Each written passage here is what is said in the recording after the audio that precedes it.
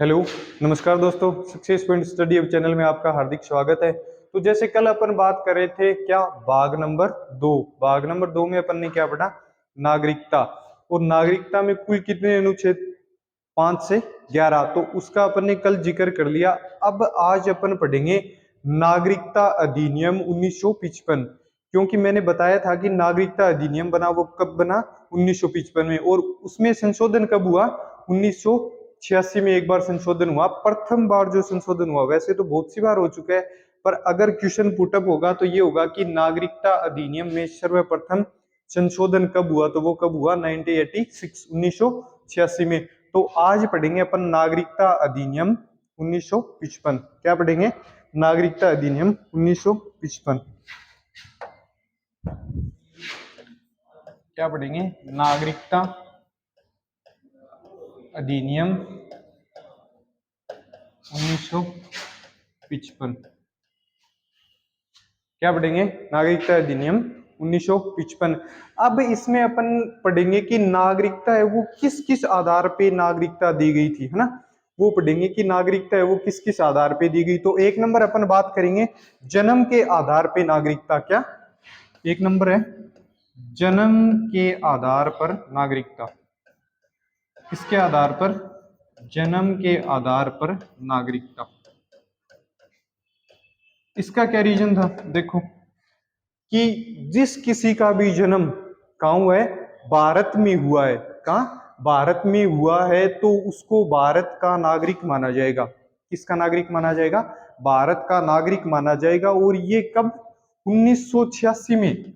ये प्रावधान कब किया गया, 1986, 1986 में प्रावधान किया गया कि जिसका जन्म भारत में हुआ है वो भारत का नागरिक माना जाएगा। क्या माना जाएगा, भारत का नागरिक माना जाएगा।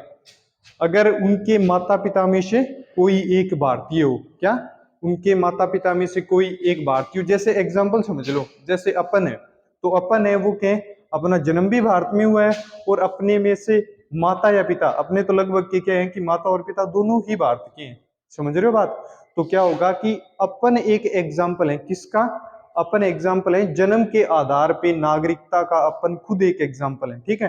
तो क्या होगा, जिसका जन्म भारत में हुआ हो, क्या, जिसका जन्म भारत में, और दूसरी क्या कंडीशन होगी, माता पिता भारतीय हो। क्या, माता पिता क्या हो, भारतीय, भारत के, किसके हो, माता पिता भारत के हो। इतनी बात समझ में आ गई। अपन नागरिकता 1955 के नागरिकता अधिनियम के तहत 5 प्रकार से नागरिकता दी गई है, जिसमें अपन ने क्या पढ़ लिया, एक नंबर पढ़ लिया। एक नंबर क्या पढ़ा, जन्म के आधार पर नागरिकता। कैसे जन्म, क्या, अब पढ़ेंगे अपन वंश के आधार पर नागरिकता। 2 नंबर कौन सी पढ़ेंगे, वंश के आधार पर नागरिकता। 2 नंबर है वंश के आधार पर नागरिकता।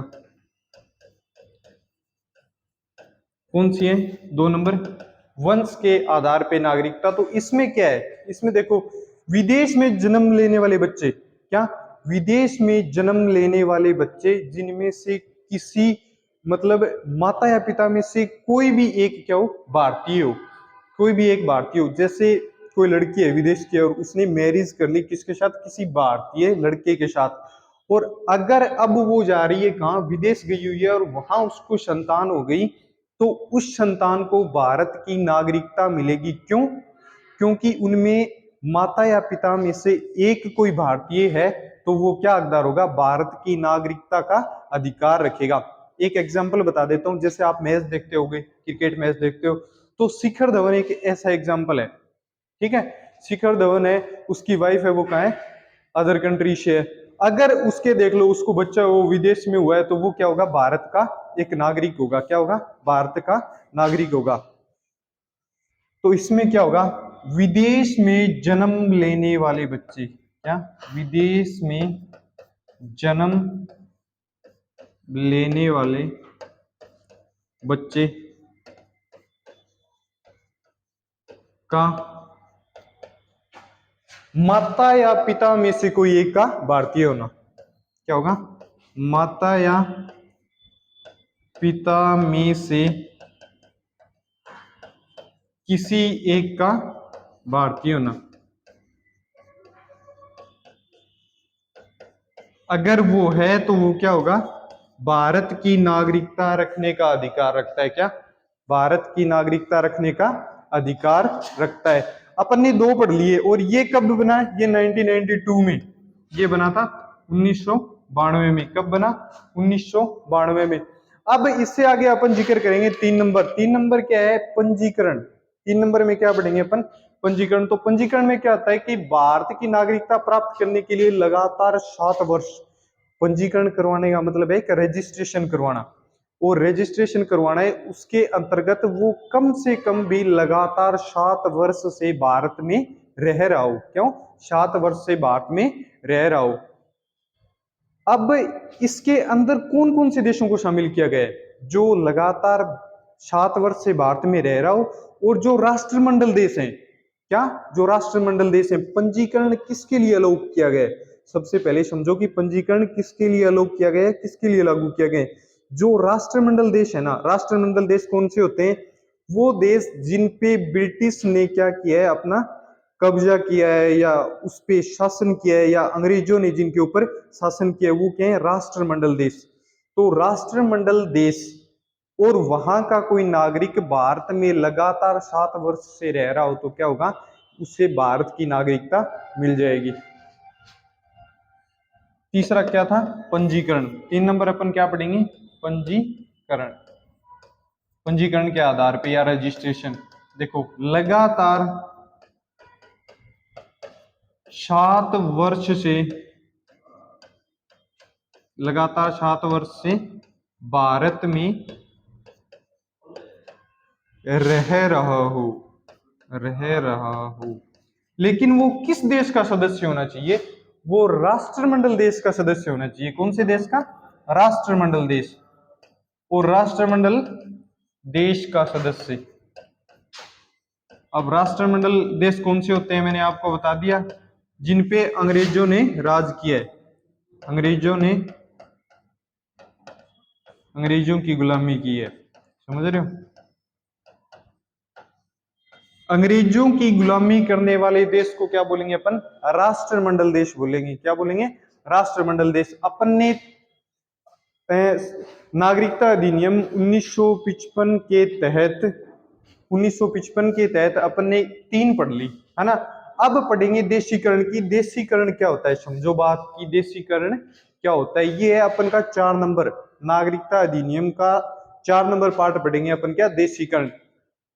वो क्या है कि भारत के किसी भी एक भाषा का नॉलेज रखता हो, साहित्य, कला, संस्कृति में से किसी एक का प्रॉपर नॉलेज रखता हो। समझ रहे हो मेरी बात क्या कह रहा हूं?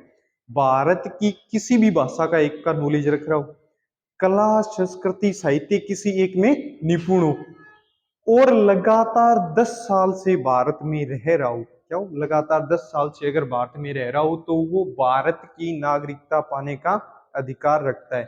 क्या करता है? भारत की नागरिकता पाने का अधिकार रखता है। अब 4 नंबर क्या रह गया अपना? देशीकरण। समझ में आ गया देशीकरण क्या होता है?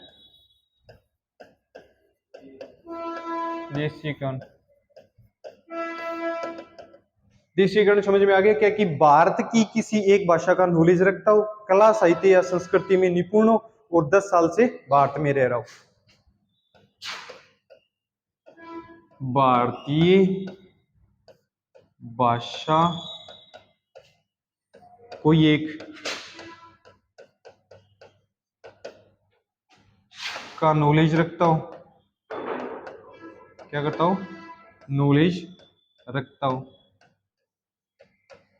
या फिर दूसरी कंडीशन क्या है? कला, साहित्य या फिर क्या? संस्कृति में निपुण हो, किसी एक में निपुण हो। समझ रहे हो? एक कंडीशन और है फिर, लगातार 10 साल से भारत में रह रहा हो। लगातार 10 साल से भारत में निवास कर रहा हो, भारत में रह रहा हो। क्या कर रहा हो? लगातार 10 साल से भारत में रह रहा हो, तो वो देशीयकरण के तहत क्या करेगा, भारत की नागरिकता पाने का अधिकार रखता है। क्या, भारत की नागरिकता पाने का अधिकार रखता है। ये हो गया 4 नंबर पार्ट। अब 5 नंबर पार्ट पढ़ेंगे जो सबसे इंपॉर्टेंट है, वो क्या है, अर्जित भूमि। अर्जित भूमि, जैसे भारत ने किसी राज्य या किसी क्षेत्र को अपने अंदर शामिल कर लिया, तो वहां की जो जनता होगी, क्या, वहां की जो जनता होगी उसको किस देश की नागरिकता मिलेगी, तो किसी क्षेत्र विशेष को अपने देश के अंदर शामिल करेंगे और उसके अंतर्गत आने वाले सभी नागरिक को क्या मिलेगी, भारत की नागरिकता मिलेगी। और इसका सबसे बड़ा एग्जाम्पल क्या है, सिक्किम। सिक्किम पहले क्या था, एक स्वतंत्र रियासत थी, उसको भारत के अंदर शामिल किया गया और भारत के अंदर शामिल करके वहां के जितने भी लोग थे जो भारत में रहने के इच्छुक थे उनको भारतीय नागरिकता दी गई। ठीक है। भूमि अर्जित का मतलब भारत किसी क्षेत्र को अपने अंदर शामिल करता है, तो क्या करता है, शामिल करता है तो वहां के नागरिक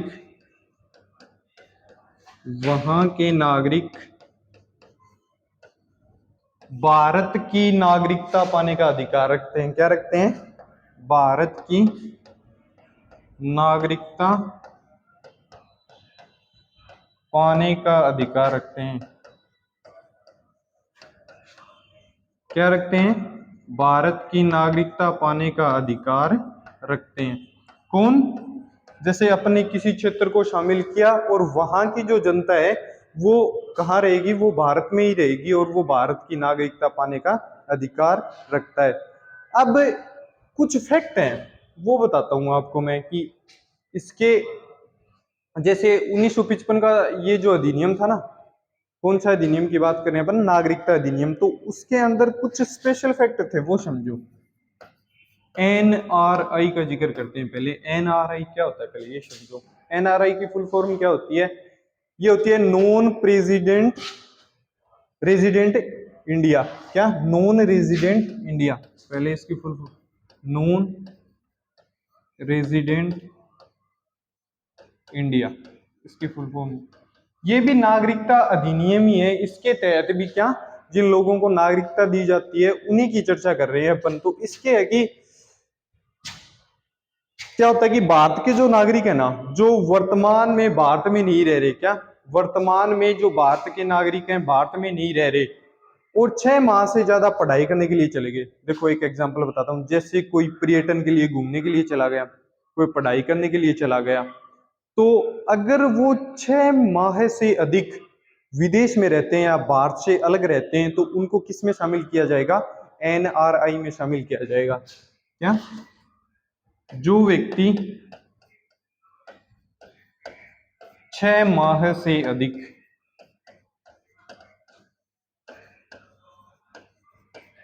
विदेश, किसके लिए, जैसे पढ़ने या घूमने के लिए गया है, विदेश गया है, तो वो क्या कहलाएगा, तो वो एनआरआई कहलाएगा। क्या कहलाएगा,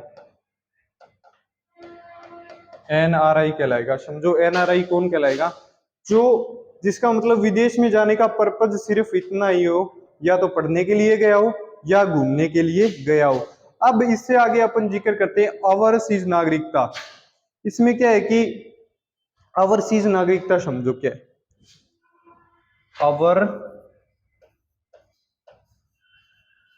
ओवरसीज नागरिकता,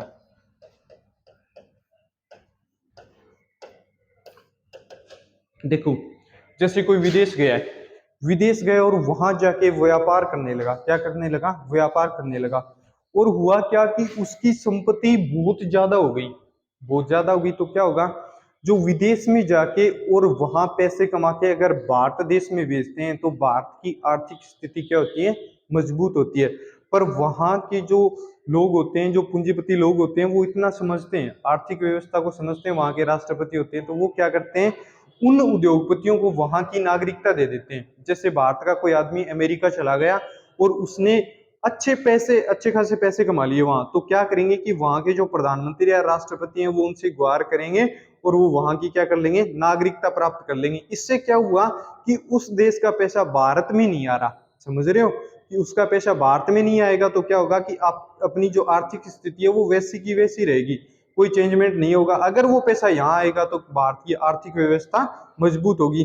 इसलिए भारत ने ये किया कि जो बड़े उद्योगपति या पूंजीपति लोग हैं जो भारत से किसी दूसरे देश में चले गए और वहां की उन्होंने नागरिकता प्राप्त कर ली, तो भी उन्हें भारत में आने का अधिकार है। वो भारत में आ सकते हैं, कहीं भी घूम सकते हैं, जमीन भी खरीद सकते हैं, लेकिन वो मत रखने का क्या, मतदान करने का कोई भी हक नहीं रखते या मतदान करने का कोई भी अधिकार नहीं रखते।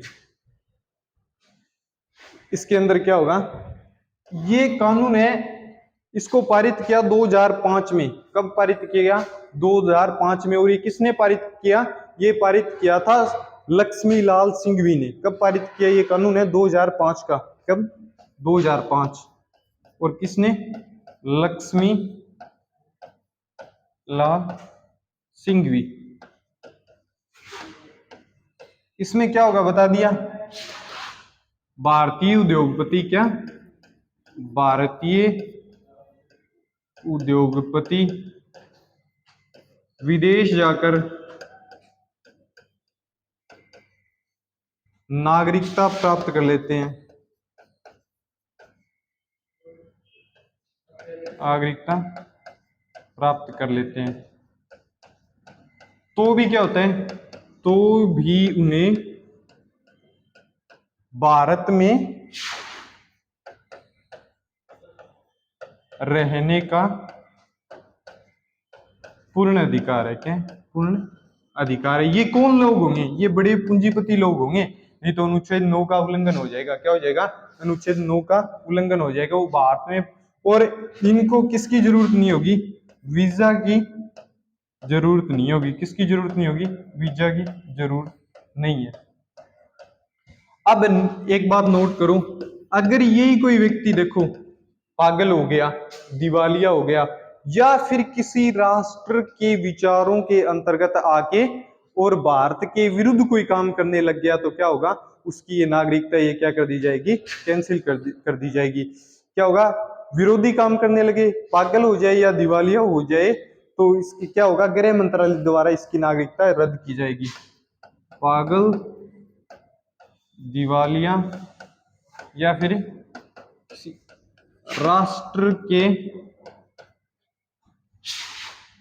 अधीन हो जाए, राष्ट्र के अधीन कार्य करने लगे, तो भारतीय नागरिकता खत्म हो जाएगी। क्या हो जाएगी, भारत की जो नागरिकता है वो क्या हो जाएगी, नागरिकता खत्म हो जाएगी। समझ गए बात, कि वो पागल हो गया या किसी राष्ट्र या किसी देश के मतलब उसका गुलाम हो गया हो, जैसे वो कहता है उसी तरह काम करने लग गया हो, तो उसको क्या, अपन को जो साक्ष्य मिल जाएंगे कि भाई ये बंदा ऐसे कुछ कर रहा है, तो उसकी क्या कर देंगे अपन, नागरिकता कैंसिल कर देंगे। अब नॉर्मल सी बात है, पासपोर्ट क्या होता है आप जानते हो, पासपोर्ट, पासपोर्ट, पासपोर्ट होता है कि अपने देश से किसी दूसरे देश में जाने के लिए खुद के देश से परमिशन लेना या अनुमति लेना क्या कहलाता है, पासपोर्ट। समझ गए, पासपोर्ट क्या होता है कि खुद के देश से और दूसरे देश में जाने के लिए खुद के देश से परमिशन लेना क्या कहलाता है, पासपोर्ट। दूसरा, ये तो नॉर्मल सी बात है, सबको पता होगा, जानकारी के लिए बता देता हूँ, वीजा। वीजा क्या होता है कि जिस देश में अपन जा रहे हैं वो देश वीजा जारी करता है, और वो क्या करता है, वो सहमति जताता है कि आप हमारे देश में आ सकते हो, तो वो क्या होता है, वीजा। जैसे कोई देश अपने देश में आने के लिए परमिशन देता है, उसी को क्या बोलते हैं अपन, वीजा बोलते हैं। क्या बोलते हैं, वीजा। अब एक एक्ट था CAA, क्या था, CAA एक्ट। ये कब का था, 2009 का। कब का था, 2009 का। अब CAA की फुल फॉर्म है सिटीजनशिप अमेंडमेंट एक्ट। क्या, citizenship amendment act. Citizenship amendment act, और ये कब का है? 2009 का है। कब का है ये है 2009 का। इसमें क्या किया गया कि 1955 का जो नागरिकता अधिनियम था, इसमें क्या कर दिया गया, इसमें संशोधन कर दिया गया, और 31 दिसंबर 2014 के पहले जो पाकिस्तान, अफगानिस्तान या जो बांग्लादेश में धार्मिक प्रताड़ना के कारण, समझो धार्मिक प्रताड़ना का मतलब समझ गए, उसको धर्म के आधार पे अगर प्रताड़ित किया गया, कहाँ के लोगों को, जैसे अफगानिस्तान, पाकिस्तान और बांग्लादेश के लोगों को धर्म के आधार पर अगर प्रताड़ित किया गया, तो वो क्या होते हैं कि भारत आते हैं। क्या भारत आते हैं, पर कब से पहले? वो 31 दिसंबर 2014 से पहले अगर भारत में आते हैं तो वो क्या करते हैं, भारत की नागरिकता रखने का अधिकार रखते हैं। क्या भारत की नागरिकता रखने का अधिकार रखते हैं। पर इसके लिए शर्त क्या होगी कि कम से कम वो 11 साल भारत में रहें, उसके बाद उनको नागरिकता मिलेगी। लेकिन हाल ही में इसमें संशोधन करके इसको कितना कर दिया गया, 5 वर्ष कर दिया गया। तो CAA का मतलब समझ गया आप क्या हो गया, कि अफगानिस्तान, पाकिस्तान या बांग्लादेश के कोई सदस्य जिनको धर्म के आधार पर प्रताड़ित किया गया, और वो क्या हो गए कि भारत में आ गए। कहाँ आ गए? भारत में आ गए, और उनको कम से कम 11 वर्ष भारत में रहना होगा, और उसके बाद उनको भारत की नागरिकता दी जाएगी। और वर्तमान में इस 11 वर्ष को कम करके कितना कर दिया, 5 वर्ष कर दिया गया। क्या 5 वर्ष कर दिया गया। तो ये 1955 का जो नागरिकता अधिनियम था, इसमें संशोधन किया गया, और ये कब किया गया, 31 दिसंबर 2014 के पहले। क्या 31 दिसंबर 2014 से पूर्व कहाँ, बांग्लादेश, अफगानिस्तान और पाकिस्तान में रहने वाले लोगों को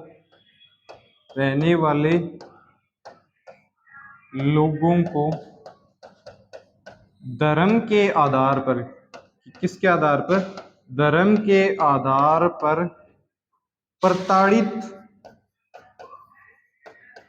किया जाए, और वो भागकर कहाँ जाएं, भारत आ जाएं। कहाँ जाएं, भागकर भारत आ जाएं। तो क्या होगा, वो भारत की नागरिकता पाने का अधिकार रखते हैं, लेकिन कम से कम कितने वर्ष, 11 वर्ष, कम से कम 11 वर्ष भारत में रहे। क्या होता है कि कम से कम वो 11 वर्ष भारत में रहेंगे, तो उनका पता चल जाएगा कहीं ये देशद्रोही लोग नहीं है, और फिर क्या करेगा, गृह मंत्रालय अपने हिसाब से इसको नागरिकता प्रदान कर देगा। लेकिन इसको वर्तमान में 11 वर्ष को कम करके कितना कर दिया, 5 वर्ष कर दिया गया। कितना कर दिया गया, 5 वर्ष कर दिया गया है। ठीक है, तो अगर 5 वर्ष अगर वो भारत में रहेंगे, तो भारत का गृह मंत्रालय, ये नहीं कि नागरिकता मिल ही जाएगी, ये चीज कन्फर्म नहीं है, पर उनकी चाल चलन सब कुछ देख के, और वो गृह मंत्रालय द्वारा उसको नागरिकता दे दी जाएगी, अगर वो नागरिकता के काबिल हैं तो। इससे आगे अपन पढ़ेंगे NRC, national register of citizen. क्या पढ़ेंगे, NRC, national register of citizen. जब देखो कि पीछे पाकिस्तान और बांग्लादेश में लड़ाई हुई ना, तो उसमें क्या हुआ कि वहां लोगों को धर्म के आधार पे नहीं, वैसे ही अगर सीधा प्रताड़ित किया गया, और वो क्या हो गए, भागकर भारत आ गए।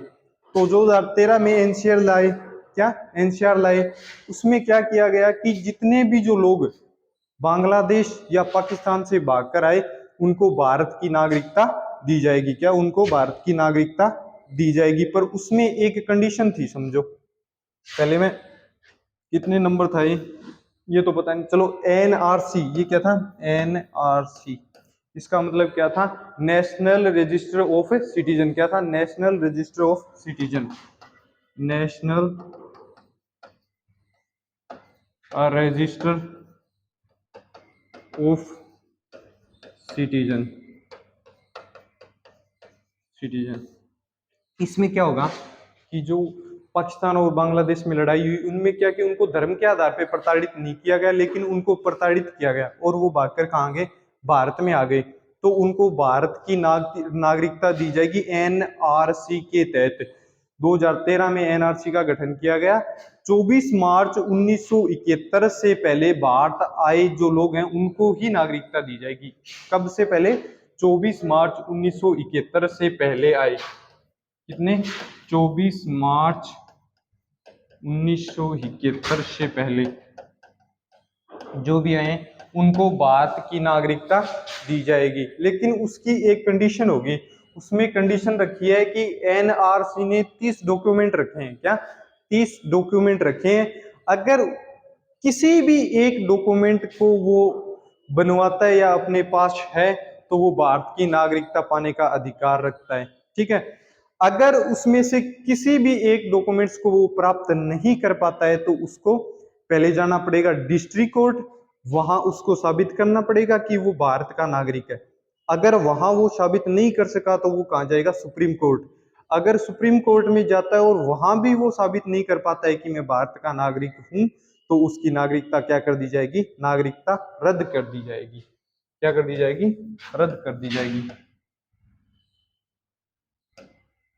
भारत की नागरिकता उसकी रद्द की जाएगी। बांग्लादेश और किसमें? पाकिस्तान में विद्रोह के दौरान भारत आए नागरिकों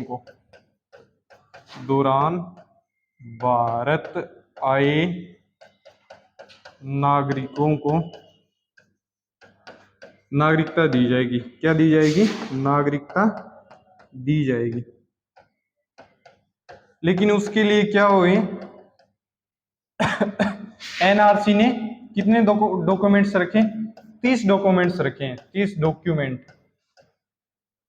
अगर किसी एक भी डॉक्यूमेंट्स की पालना करते हैं, कोई भी एक डॉक्यूमेंट्स उनके पास है तो वो क्या होंगे? भारत के नागरिक होंगे।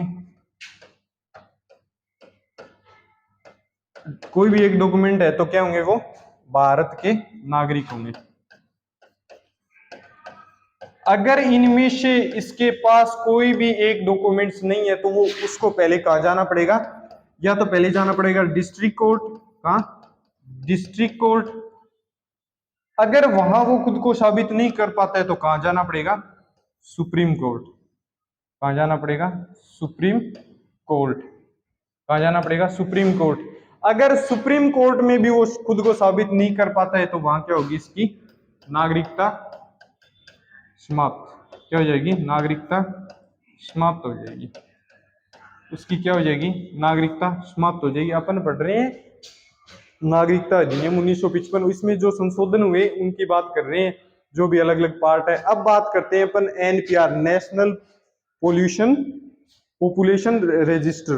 क्या? National population register. किसकी बात करेंगे? NPR, national population register. इसमें क्या होता है? ये सामान्य से है। इसमें क्या होता है कि जितनी पंचायत, ग्राम पंचायत या राज्य होते हैं उनकी गणना करने के लिए, क्या? जनसंख्या की गणना करने के लिए किसका यूज किया जाता है? एनपीआर का उपयोग किया जाता है। इसे नागरिकता अधिनियम 1955, क्या? इसे नागरिकता अधिनियम 1955 व नागरिकता नियम 2003 के तहत तैयार किया गया है। किसके तहत? नागरिकता अधिनियम कौन सा है?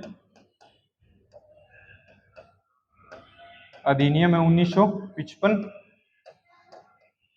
और प्लस नागरिकता नियम 2003 के तहत इसे तैयार किया गया है। किसके तहत?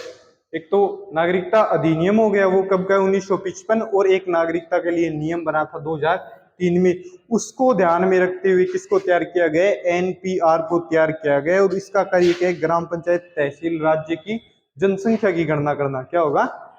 जैसे ग्राम पंचायत, तहसील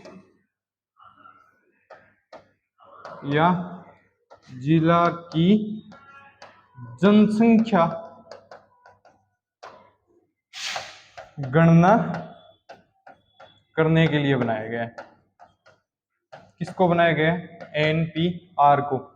इसका मतलब समझ गए क्या हो गया? एनपीआर का मतलब क्या है कि इसका मुख्यतः इसका योगदान क्या होगा? जनसंख्या की गणना में इसका योगदान होगा। तो अपन ने क्या पढ़ लिया? नागरिकता अधिनियम 1955 क्लियर कर लिया। तो आज की क्लास में सिर्फ अपन यहां तक पढ़ेंगे और ये आप पढ़ के आना, रिपीट करके आना, थोड़ा हार्ड है टॉपिक। ठीक है, धन्यवाद।